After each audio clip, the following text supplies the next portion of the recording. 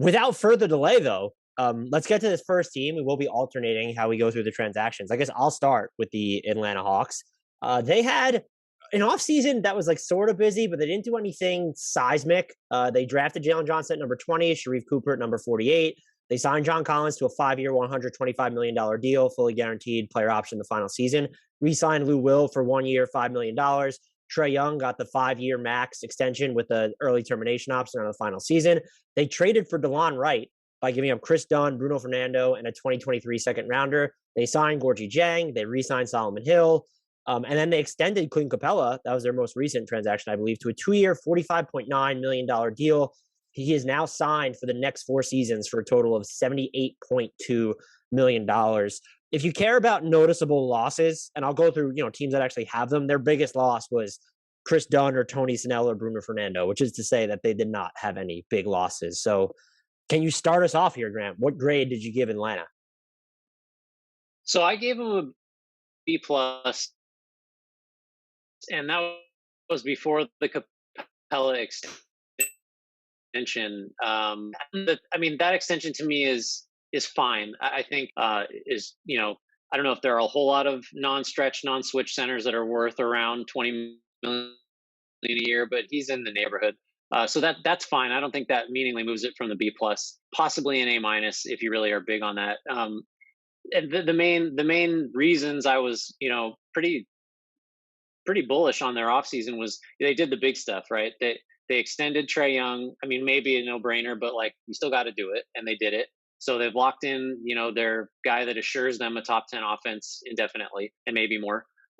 They got John Collins locked up for maybe a little too much, but I'm still okay with that.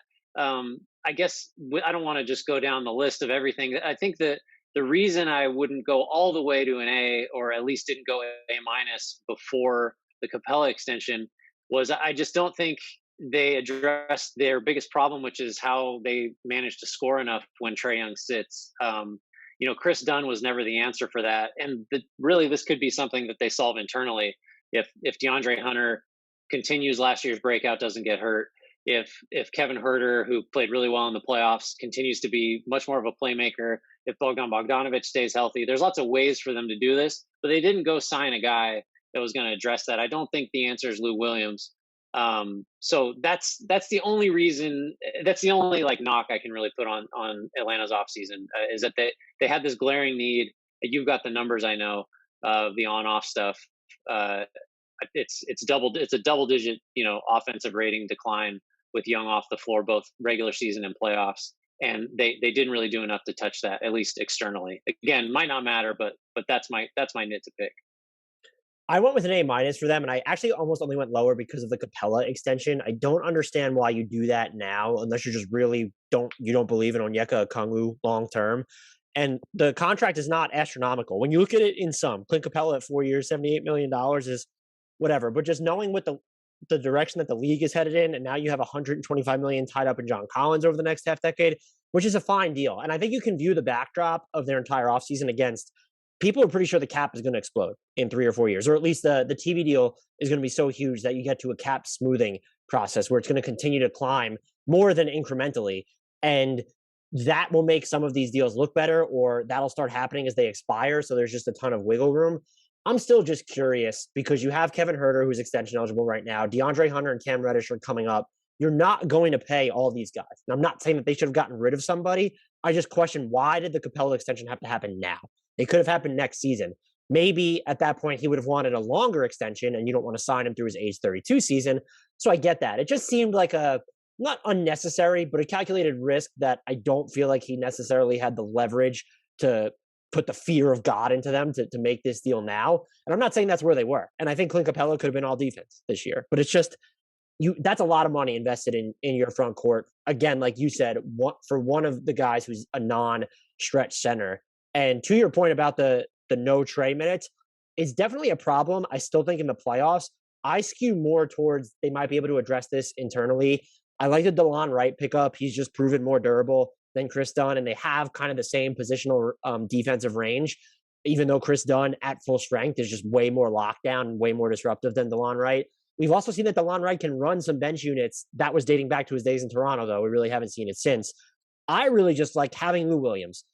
If Danilo Gallinari is healthy all year or most of the year, Bogdan Bogdanovic is going to help. And the numbers I looked up is that when Lou Will and Bogdan Bogdanovic played without Trae Young last year, the Hawks had an offensive rating in the 94th percentile, and they were actually treading water on defense. Sub 300 possessions, but that's still something to work off. And so I think they're more likely to be able to address it internally. And maybe we see Sharife Cooper help them there. That's just sort of the one of the things that is looming over all this. So I would call it a near perfect offseason.